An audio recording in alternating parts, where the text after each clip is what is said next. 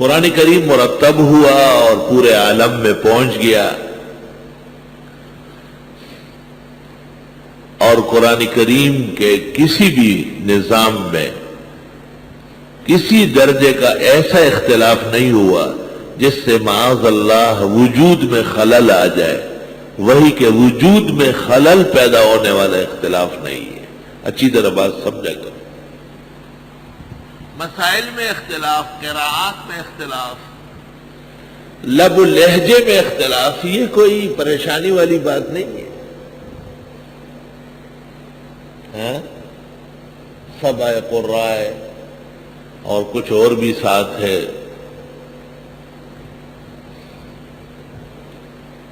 کیونکہ جب قرآن مجید نازل ہوا اس وقت 7 قبائل تھے عرب کے، 7 قبائل تھے، بنو تمیم تھا، بنو عدی تھا، بنو سعد تھا، کل 7 قبائل بنتے تھے۔ بنو نجار تھا، خدرہ تھا، دوست تھا۔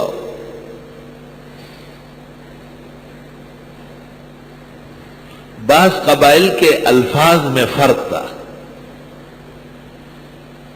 بعض قبائل بعض الفاظ بولنے میں کچھ فرق کرتے تھے،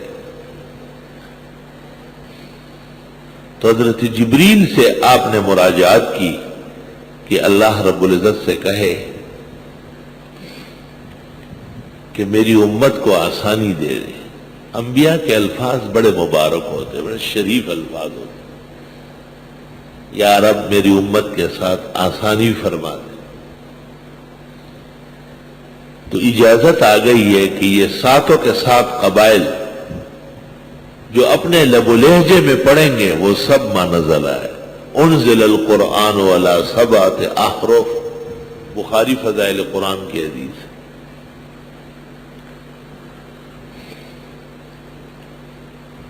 انزل القرآن علی 7 احرف۔ یہ واقعہ اسی طرح عبدالعزیز بخاری نے نقل کیا ہے غایت التحقیق شرح حسامی میں۔ ہمارے اصول کی جو بڑی تکڑی کتاب ہے حسامی، اس کی ایک شرح ہے غایت التحقیق، اس کا مصنف ہے عبدالعزیز بخاری۔ اسی عبدالعزیز بخاری نے بزدوی کی شرح بھی لکھی، لیکن حسامی کی شرح کے متعلق کہا جاتا ہے کہ اس کی نظیر عالم میں نہیں ہے۔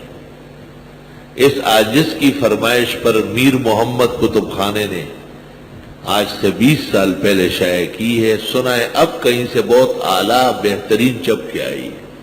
وہ اس کتب خانے کی چھپائی بہت کمزور ہے، اغلاق کے ساتھ۔ غایت التحقیق شرح الحسامی لعبدالعزیز البخاری رحمہ اللہ۔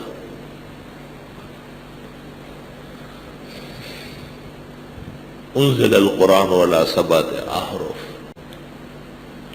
یہ 7 لہجے تھے، قبائل کے 7 لہجے تھے، ان لہجوں کو قرآن محفوظ کیا ہے، قرآن محفوظ کیا ہے۔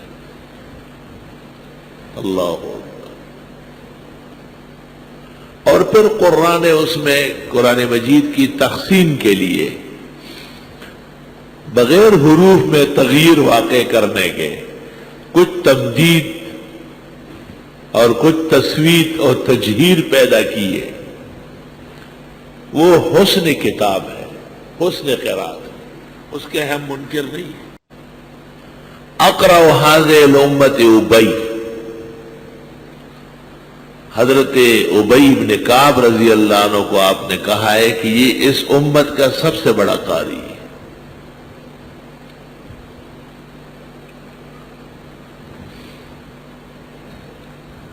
اور بخاری میں ہے کہ حضرت عمر فرماتے تھے کوئی شک نہیں کہ ابی ہمارا اقرا ہے، لیکن اس کی ہر بات ہم نہیں مان سکتے۔ اور پھر حضرت عمر نے آیت پڑھی، حضرت ابی یہ سمجھتے تھے کہ کسی قسم کی کوئی آیت منسوخ نہیں ہے، حضرت عمر نے کہا کہ نہیں، ما ننسخ من آیت او ننسیہا نأتی بخیر منہا و مثلہا سے نسخ معلوم ہو رہا. اور ایک اور مثال بھی دی ہے انہوں نے، اقرأ هذه الامت ابی.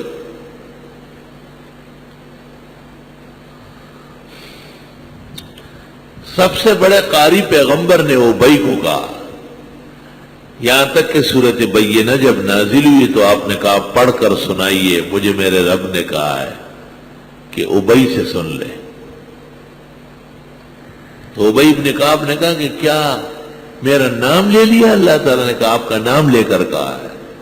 وہ رو پڑے کہ عرش کے اوپر میرا تذکرہ ہوا ہے، یعنی بالائی مقامات پر میرا تذکرہ ہوا.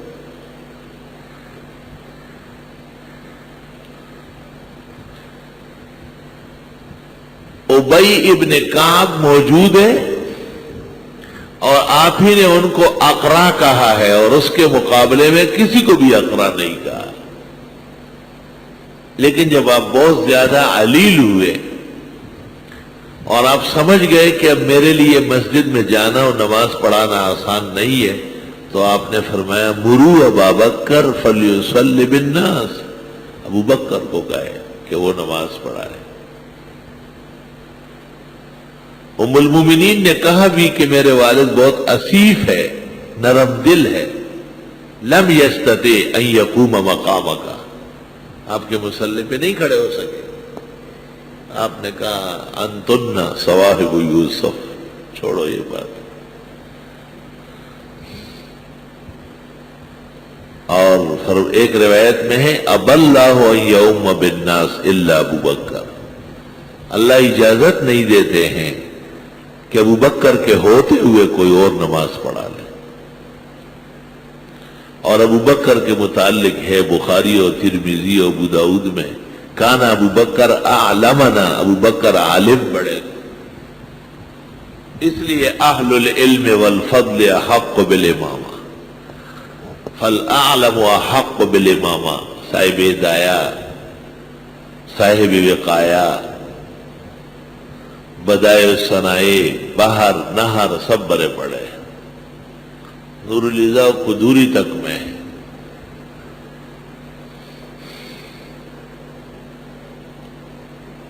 کیونکہ قرآن کریم صرف پڑھنا یہ ایک منصب ہے، یتلو علیہم آیاتی، اور وَيُعَلِّمُهُمُ الْكِتَابَ وَالْحِكْمَةَ وَيُزَكِّيهِمْ، یہ تین مناصب مستقل ہیں. یہ علم سے وابستہ ہے، علم سے وابستہ.